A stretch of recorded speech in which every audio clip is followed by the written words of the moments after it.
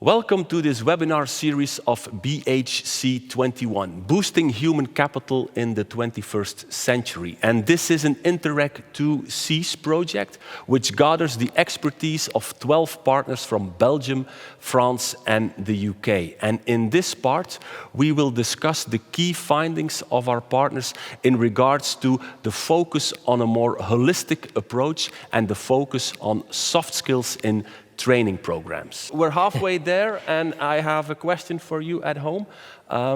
What's your biggest takeaway until this point? So what have you learned after the discussions we had with Mathieu, Alan, and Tineke? And that brings us to the third challenge of the BHC 21 program. And the first question is for you, Tineke. I can imagine that focusing on technical skills wasn't enough. Did you have some focus as well on, let's say, soft skills or motivation? How did you tackle it? Well, as I said it before in the first part as well, people don't just end up in the training session. So they have a counselor behind them. It's integrated in a whole process on where do I want to go in my future. So they have some backbone beside them. Also, the trainer, when he uses the VR, he saw, okay, it demotivates them. I need to split up this VR training in several pieces. So getting in mind that people can be afraid of VR or can get nausea in the VR training, so all of those things. So that's the main thing we do.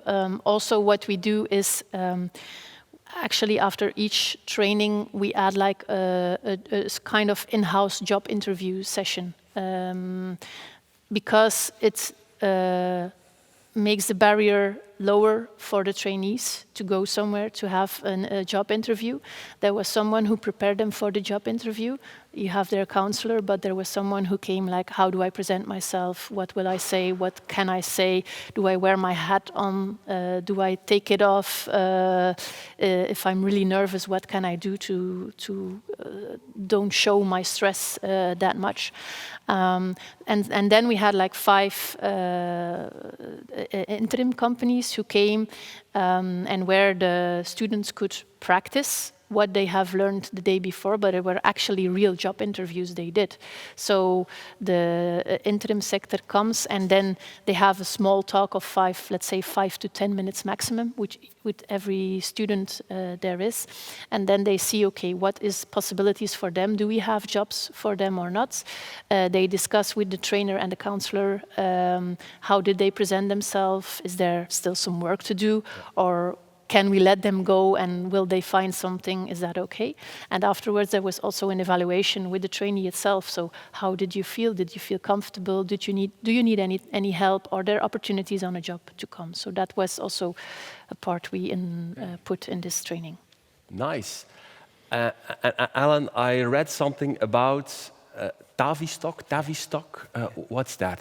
Well, the Tavistock Institute for Human Relations, they're called an institute based in London, but they were part of our, they were one of the partners in our group, and they used a process which they call group relations, but it's a method of addressing people's barriers to learning, barriers to employment, if you like. So some of the people we might have been through a number of different kinds of employment, and we try to address that and what's actually caused that. If you ask employers, what employers say is just as important as the skills, the engineering skills, is they want somebody with a good attitude. They're going to be positive, they can take instruction, they can work in a team, they can work with other people. So it's all those other skills, and they were the things that we were trying to inculcate. So trying to develop amongst the participants. So we use this method. It's called, as I said, the group relations method. As we developed the program, we added in some more practical elements to that. So things around teamwork and leadership. And then we introduced some of the engineering skills, we integrated it into that. So, for instance, we had these kits, which were like grown-up Meccano kits, large Meccano kits, and we did team exercises. So they had to work as a team to build a small bike or something. So they had to work as a team. So we tried to integrate some of that, some of those team skills and leadership skills into into the practical, the skill training as well. So that's what we did throughout the program. Cool. Yeah. How about you, Mathieu? Did you apply similar tactics on this part? Yes. In fact, I think we all agreed since the beginning that targeting technical skills would not be enough.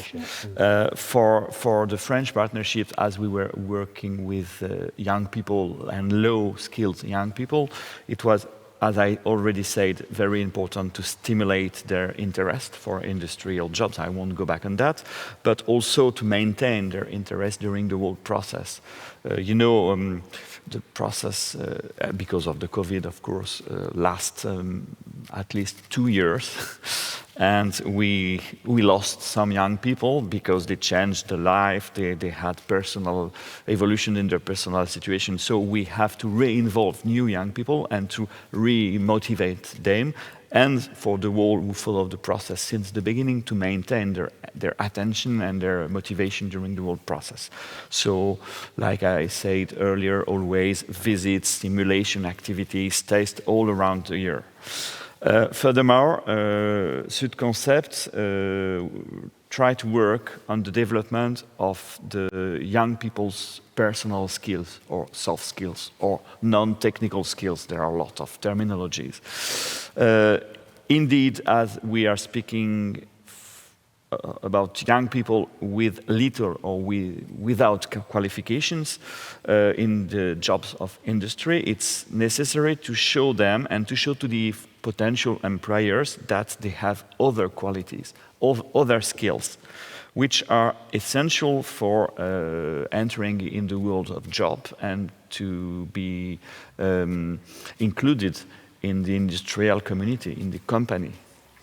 These skills are the concentration, the ability to follow and analyze instructions, the ability to work in a group, what else, the respect of the hierarchy, how to respect the hierarchy, but also how to keep a part of personal initiative, etc., etc. So we have developed a specific guide to support both young people and mentors, and to help them in the process to focus a part of the training process on these specific skills. And we have tested these activities during a 2-week session included in the pilot training session which ended in June. So we did not focus in this training session only on technical skills, but we had 2 weeks fully focused on